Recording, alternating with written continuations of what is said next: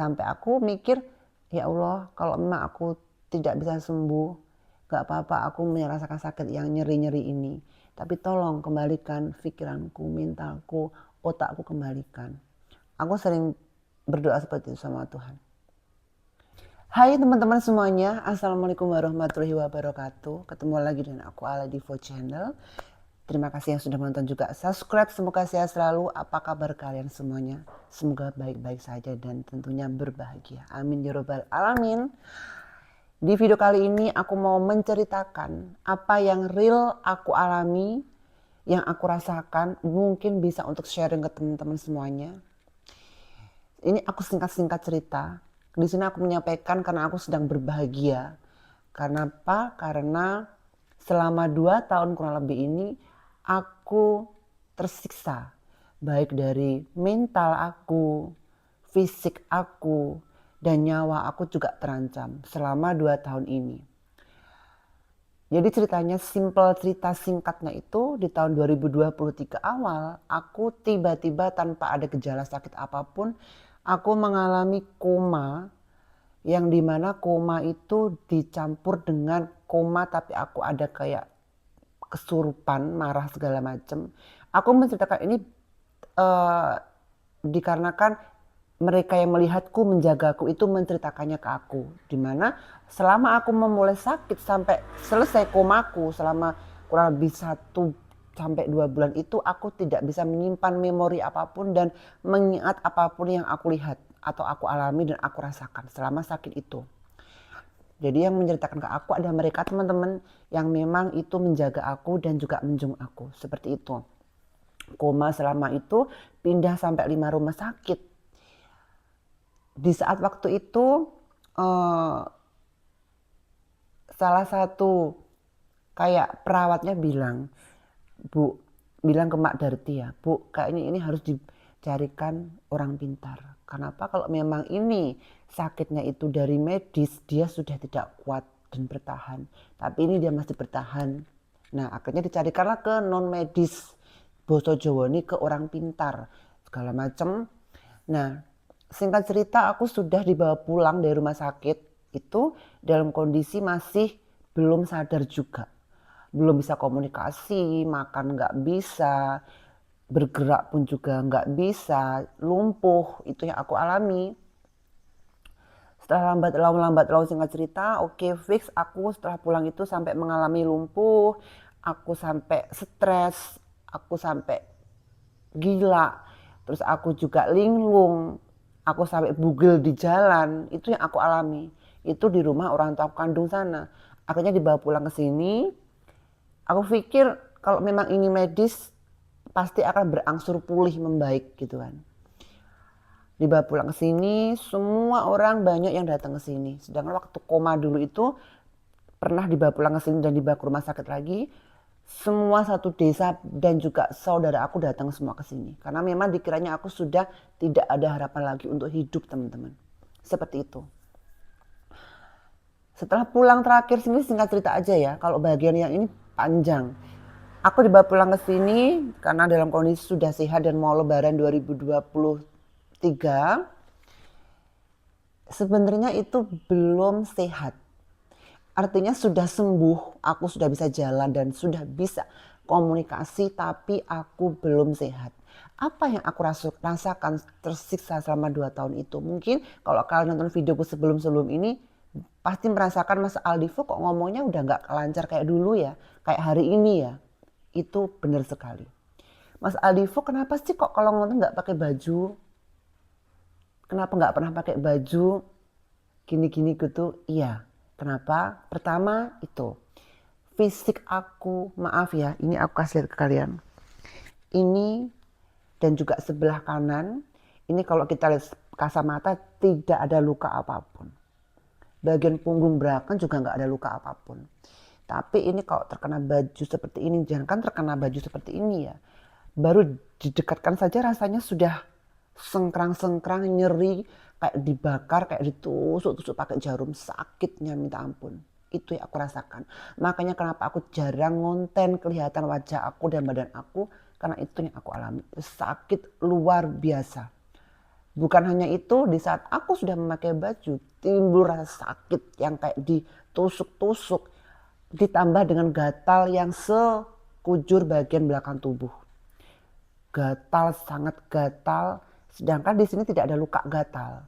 Kudis ataupun apapun tidak ada. Ya, gatalnya itu nanti naik ke atas ke kepalaku, itu aku menjadi linglung. Linglung, aku stres seperti tidak bisa, otak aku ini tidak bisa dipakai untuk berpikir, tidak bisa dikontrol untuk aktivitas aku. Ini sakit juga leher sini itu, muter gini sakit, kayak boso Jawa ini apa guys? Nyangklak. Nah, sampai lakang juga, selakangan sini itu juga nyangklak. Kalau kena baju, kalau pakai kena celana ketat seperti itu. Setelah itu mata aku itu, makanya kenapa aku di mana-mana itu bawa obat mata ini, karena memang kalau aku pakai baju kurang lebih 15 menit ke atas, itu mata aku sudah kayak apa ya kalau bahasa Jawa nih ini selambur gitu loh, nggak jelas. Terus keluar air kayak berair sakit, berair kayak gitu. Nah, apalagi kalau dipakai untuk aktivitas kayak misalkan harian di rumah, itu yang anehnya itu untuk memegang apapun itu tremor. Karena apa? Otak aku ini tidak bisa konsentrasi, tidak bisa mengontrol, tremor, bingung. Terus sampai aktivitas apapun itu aku kayak nggak bisa. Karena kaku tuh, badan semua tuh kaku semua teman-teman. Tapi nanti kalau misalkan lepas baju itu sudah enak. Tapi kalau pakai baju lagi itu akan datang lagi semua itu. Kesakitan itu datang lagi. Gitu. Terus selain itu juga aku itu tidak berani nyetir mobil, motor itu masih berani tapi akhir-akhir ini. Nyetir mobil aku berani itu baru nanti aku setelah ini ya. Tidak bisa nyetir mobil karena aku tidak bisa konsentrasi, ketakutan dan segala macam. Intinya itu seperti itu. Karena ini semua badan itu terasa kayak dikurung gitu loh teman-teman. Ya kayak dikurung. Yang aku rasakan itu memang dulu aku tidak percaya hal seperti ini. Tapi aku memang sudah dibawa ke paranormal, orang pintar, dukun Jawa, kiai, gus, itu sudah banyak setelah pulang dari rumah sakit itu gitu loh. Mulai tahun 2023 pertengahan itu aku pergi ke orang-orang seperti itu sudah banyak, bahkan sampai aku tuh kayak terakhir ya udahlah gitu. Kalau emang ini enggak ini ya ya udahlah gitu. Aku udah nyerah waktu kemarin itu, udah nyerah bahwa ya udah aku udah capek gitu loh. Harus disuruh ke sana kemari. Udah capek aku itu. Uang sudah habis, kendaraan juga udah habis semua. Aku sudah capek karena ini nggak bisa menghilangkan rasa ini. Aku bahkan berdoa sama Allah, ya Allah, kalau memang aku tidak bisa sembuh total, nggak apa-apa. Ini nyeri-nyeri setengah-setengah di sini badan aku tuh nggak apa-apa. Tapi tolong kembalikan mental aku, normalkan aku kembali. Jangan aku stres seperti ini, nggak bisa berpikir. Akhirnya aku tidak bisa bekerja. Dimana aku tuh pekerjaanku itu ngonten, itu memakai otak, memakai pikiran, harus kreatif. Dimana dulu itu aku orangnya kreatif, lincah, itu sudah tidak bisa aku dapatkan setelah sakit. Makanya di sini aku berani speak up kayak gini. Ini aku normal ngomongnya, tidak bertele-tele, berbelekuk-belekuk kayak kemarin-kemarin. Kalian bisa lihat, simak gitu loh. Terus setelah itu waktu aku berobat kemana aja, pernah ke Bali, pernah ke, pokoknya banyak banget teman-teman gitu ya. Dan lucunya lagi itu kalau misalkan aku didiagnosa sama rumah sakit adalah meningitis, sedangkan meningitis itu adalah sangat-sangat sudah mematikan. Aku masih bisa selamat. Dan tapi kenapa efeknya itu sampai ke ini, ke nyeri badan yang sangat luar biasa ini. Bahkan aku itu sudah setelah sakit ini ya, aku datang ke rumah sakit spesialis saraf, spesialis kulit. Aku cek darah full semuanya. Mereka tidak bisa memastikan. Mereka hanya bilang, kenapa ya kok nyeri kayak gitu. Mereka bertanya ke aku. Aku minum obat itu banyak, aneka macam obat, tapi tidak ada reaksi ke dalam tubuh aku. Kalau misalkan contoh simpelnya aku pusing minum obat, reda pusingnya. Ini tidak sama sekali. Jadi obat yang aku minum itu tidak ada efek sama sekali dalam tubuh aku. Kedua, aku itu selama 2 tahun teman-teman makan itu aku tidak bisa menikmati makan yang aku makan. Ya, jadi kayak misalnya kita makan roti, itu kita tidak akan merasakan enaknya roti itu seperti apa. Itu selama 2 tahun ini. Jadi kalau makan ya cukup makan aja. Makan udah gitu loh. Aku nggak merasakan kayak kenikmatan makan itu. Tuh. Selama 2 tahun aku hanya tidur. Bangun tidur pagi, cuci muka, sarapan, habis itu tidur lagi. Siang makan, tidur lagi, sore makan, tidur lagi. Dan aku itu jarang mandi. Aku itu jauh dari air. Badan aku tuh jauh dari air, nggak suka sama air. Aku mandi 3 hari, 4 hari, 5 hari, 6 hari, bahkan pernah 10 hari sekali. Itu ya. Ini keanehan yang sangat luar biasa dalam tubuh aku, teman-teman. Aku awalnya nggak percaya, kayaknya kamu nggak sewajarnya deh sakitnya. Tapi kenapa kok mereka orang pintar dan segala macam kiai, gus ini, orang pintar indigo segala macam banyak. Mereka ngomongnya memang ini tuh di ini gitu. Apa kalau orang ngomongnya disantet atau diguna-guna orang gitu. Aku kayak masih yang masa sih gitu. Nah, waktu itu pernah apa ya, orang yang ini kan aku itu keceplosan ngomonglah sama si A, aku nggak berani di sini sebut ini ya, ngomong si A B C aja.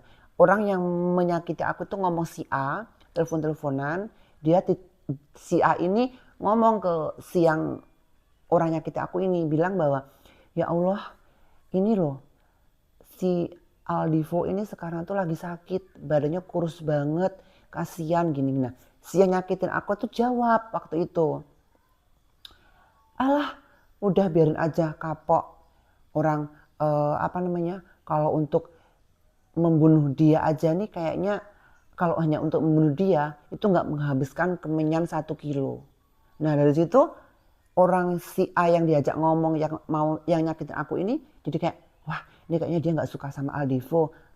Oke udah, setelah itu tidak diajak untuk membahas aku lagi karena dari kata-kata dia yang bilang alah biarin aja kapok, kalau misalkan hanya untuk membunuh nyawa dia, menghabiskan nyawa dia itu tidak menghabiskan kemenyan 1 kilo. Dan itu dari situ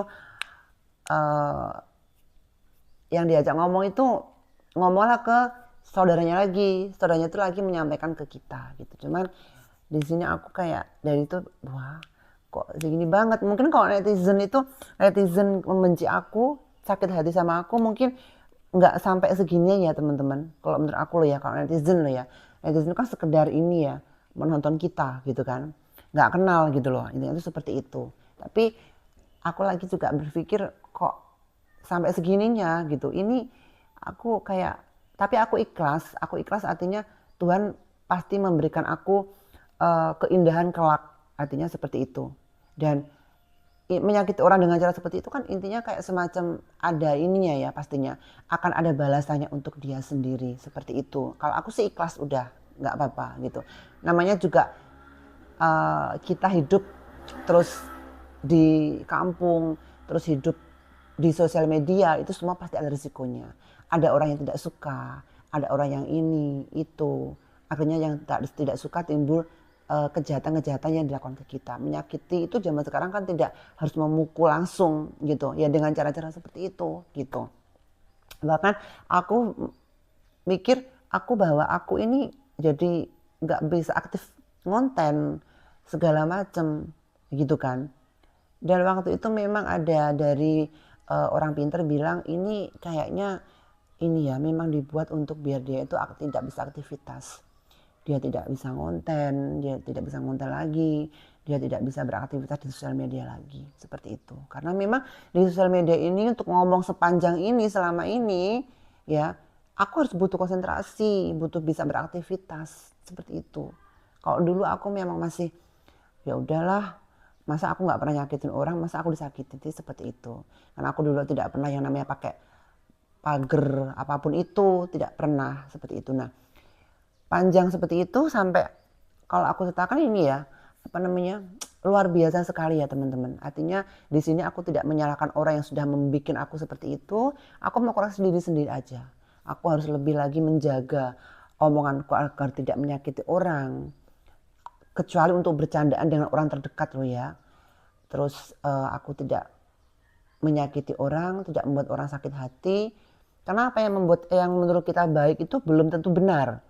Yang menurut kita benar belum tentu baik. Di situ aku makanya lebih menjaga untuk itu aja.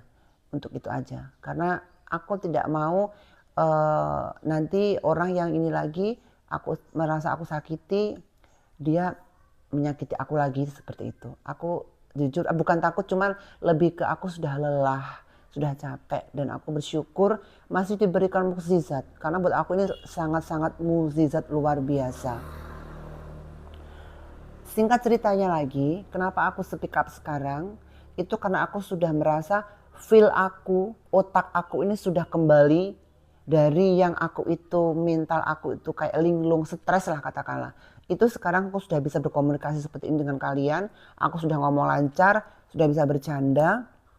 Itu artinya aku sudah kembali pulih membaik. Intinya memang kalau nyeri ini masih ada, tapi dia tidak sangat menyakitkan seperti kemarin. Aku masih bisa pakai baju seperti ini.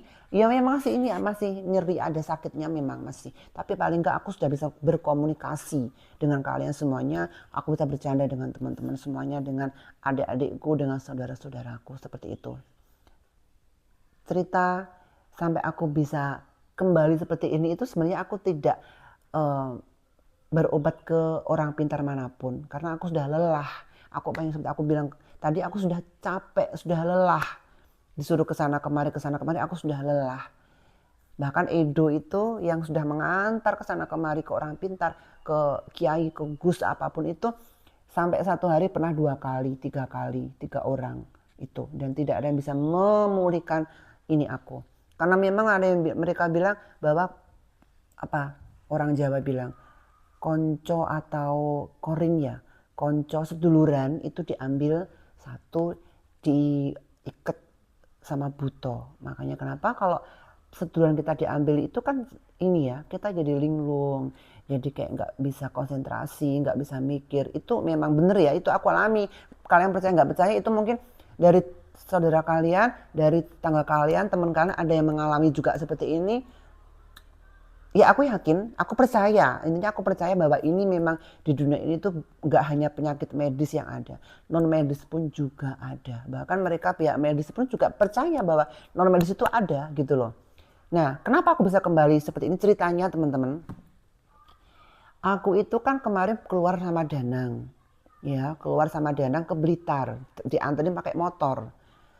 Setelah itu aku pulang, aku kan mau ke rumahnya Edo, lewat belakang rumahnya Danang.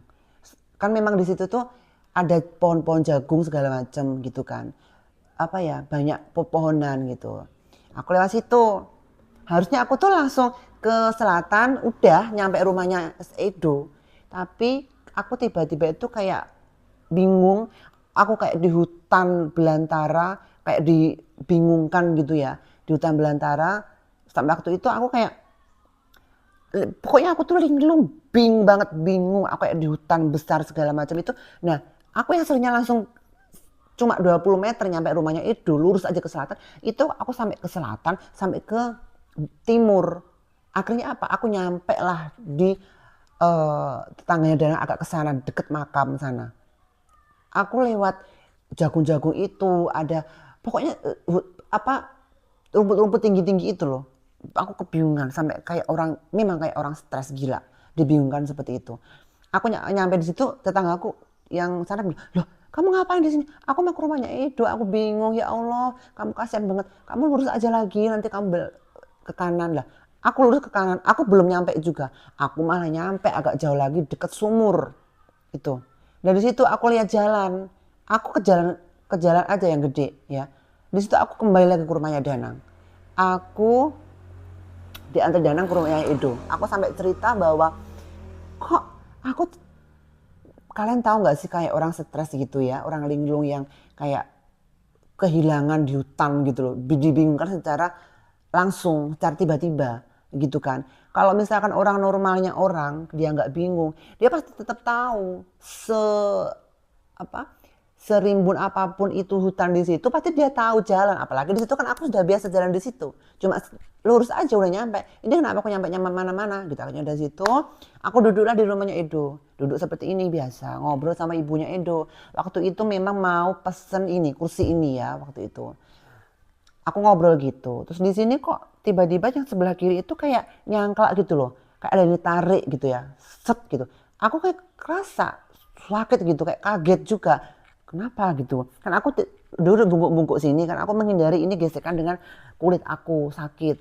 Terus aku kayak kenapa aku tiba-tiba kayak diambil, ada sesuatu yang diambil dari sini nyampe ubun-ubun gitu loh. Aku tapi diem aja guys waktu itu, aku nggak cerita sama ibunya di samping aku itu. Aku diem aja lah, mungkin ini karena aku kaku kali ya gitu. Setelah itu jarak beberapa hari aku masih bertanya-tanya kenapa ya tadi aku gitu. Terus kok feel aku lebih enak ini, agak enakan badan aku, sakit tapi masih enakan, udah bisa, mental aku udah terjaga nih. Terus akhirnya setelah itu lama-lama aku yang awalnya selama 2 tahun itu setiap makan itu aku tidak merasakan yang namanya kenikmatan apa yang aku makan, apa yang masuk dalam mulut aku itu tidak aku rasain. Jadi hambar selama 2 tahun itu gitu. Yang penting aku pikir, yang penting aku enak nggak enak, yang penting aku makan biar aku nggak mati lah gitu kan. Setelah itu tanggal 15 ya aku ini merasa sakit dicabut itu. Setelah itu jarak 2 hari 3 hari mental aku ini tiba-tiba ini pulih ya teman-teman. Yang awalnya aku tuh kayak mau diajak ngomong orang tuh nggak nyambung, terus nggak bisa aku telan dalam otak aku. Terus diajak ngobrol juga enggak, pergian kemanapun juga enggak merasakan aku ini kemana di mana. Pokoknya jalan aja, diajak aja oke. Apalagi kalau kumpul sama orang banyak aku bingung, main ke rumah orang banyak suruh makan aku juga bingung, apalagi makanan di luar ini, di depan ini bingung. Pokoknya segala macam yang aku rasakan aku bingung, stres. Intinya itu. Setelah itu aku makan sudah kok enak gitu. Kok sudah beda kayak kemarin. Karena basicnya aku kan seneng ngemil ya. Kok ini. Sampai mbak aku yang sering bilang, aku pas kesana ya sama Edo. Kamu kenapa sih sekarang kok kalau aku kasih makanan banyak kayak gini kok kamu nggak makan kayak dulu. Dulu kamu suka ngemil. Aku bilang aku udah kenyang. Padahal di situ aku tidak ada nafsu untuk makan teman-teman. Tidak ada aku rasakan makanan yang aku makan itu gitu. Setelah itu aku mandi ya. Mandi yang sebelumnya aku tuh mandi kalau mandi bingung. Mau ngambil sabun, keliru, pasta gigi. Pokoknya bingung, aku muter-muter di kamar mandi itu selalu bingung. Tremoran bingung, segitu ya, nggak konsentrasi, ini bingung ya. Aku bingung, menjelaskan juga bingung. Aku udah nggak bingung lagi, tiba-tiba tuh kayak mandi ya semangat aja, enak kalau di bawah mandi, gitu loh. Cepet aja aku geraknya, mandi cepet, ngambil ini cepet, ya udah aku pakai mandi gitu. Mandi udah, loh kok aku udah beda lagi, aku rasa sendiri nih, kok udah beda lagi ya, gitu. Aku keluar dari kamar mandi di kamar yang awalnya mata aku itu kan nggak jelas gitu ya. Sedangkan waktu itu aku bawa ke dokter mata, mereka bilang nggak ada apa-apa, sehat normal. Kenapa ini nggak enak sekali gitu loh. Terus setelah itu kemarin aku kayak ngeliat itu udah cerah banget. Dunia ini aku lihat mata aku udah cerah, udah padang, udah cerah banget, nggak kayak sebelumnya kayak tertutup kabut gitu, enggak. Itu selama 2 tahun ya. Duh, kok udah cerah gitu, udah cerah, makan juga udah enak. Ini juga sakitnya pun masih sakit tapi tidak sampai yang ke kepala aku bikin linglung, enggak. Linglung masih ada cuman sedikit, sedikit. Tapi enggak seperti yang kemarin. Aku sampai kayak stres, enggak. Gitu ya teman-teman, ini aku ceritain selama 2 tahun itu aku tuh tersiksa. Antara fisik aku juga terdisiksa, terus mental aku, pikiran aku tuh juga disiksa. Gitu loh. Aku meyakini bahwa aku tuh dibikin stres. Aku tuh meyakini bahwa aku dibikin badan aku tuh tidak bisa untuk aktivitas dan kerja lagi seperti biasanya. Gitu. Karena ya itu tadi aku rasain sangat-sangat tersisa aku itu selama 2 tahun. Baju aku ini sampai habis aku kasih ke orang-orang, ke tetangga-tetangga aku. Karena aku nggak bisa pakai baju teman-teman. Aku kasih ke tetangga aku, saudara aku. Tinggal 3 baju yang ada. 3 helai aja. Yang ada di aku tuh cuma ini. Tinggal ini sama baju volley itu. Sama satu lagi yang dibuat kasih. Kok ini dikasih ini Mbak Manohara. Itu. Sama ada kaos lagi satu yang memang itu aku simpen terus. Yang itu juga dikasih Mbak Manohara. Itu kaos dikasih waktu pas yang aku pakai waktu pas aku itu iniku tuh merasa bahwa ada yang mencabut sakitku ini. Itu. Karena memang banyak orang bilang bahwa orang yang dibikin sakit seperti itu, tapi aku tuh bukan ini ya, bukan musyrik ataupun apa. Aku percaya orang membuat aku sakit itu akan bisa terjadi atas izin Allah gitu loh. Mungkin Allah membuat itu mengizinkan itu semua agar aku tuh sadar, aku memperbaiki diri gitu. Aku nggak mau menyalahkan orang lain ya. Entah dia menyakiti aku, itu apa yang dia tanam itu dia akan memanen sendiri. Kelak apa yang dia tanam dia akan panen. Intinya tuh seperti itu ya orang hidup itu.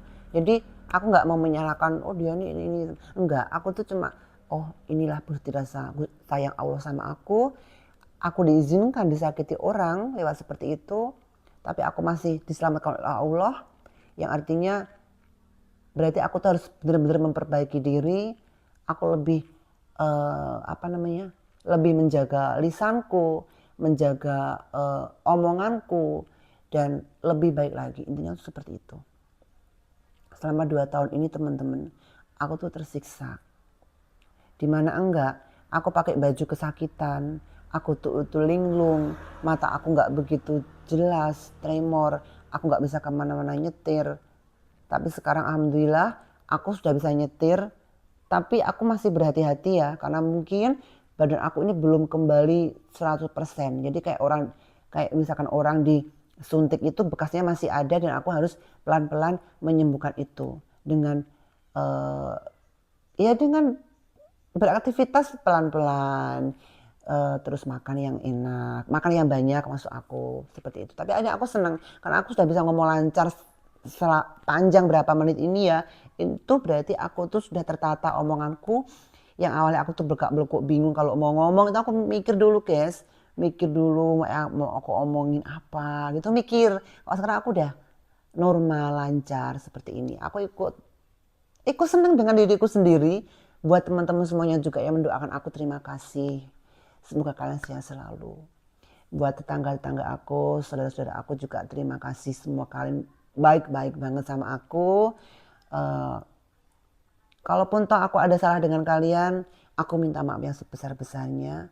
Aku adapun misalkan sama teman atau siapapun aku disakiti ataupun aku menyakiti, terutama aku disakiti, aku tidak dendam, aku menghilangkan itu semua karena buat aku, apalagi aku sampai menyakiti orang itu aku tidak mau teman-teman. Artinya aku sudah mengalami itu dan yang aku rasakan aku sangat tersiksa.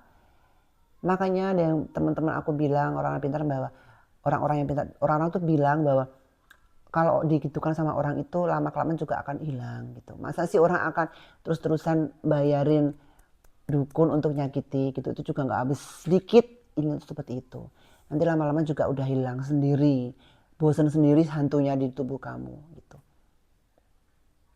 Aku percaya nggak percaya ini tapi yang aku alami.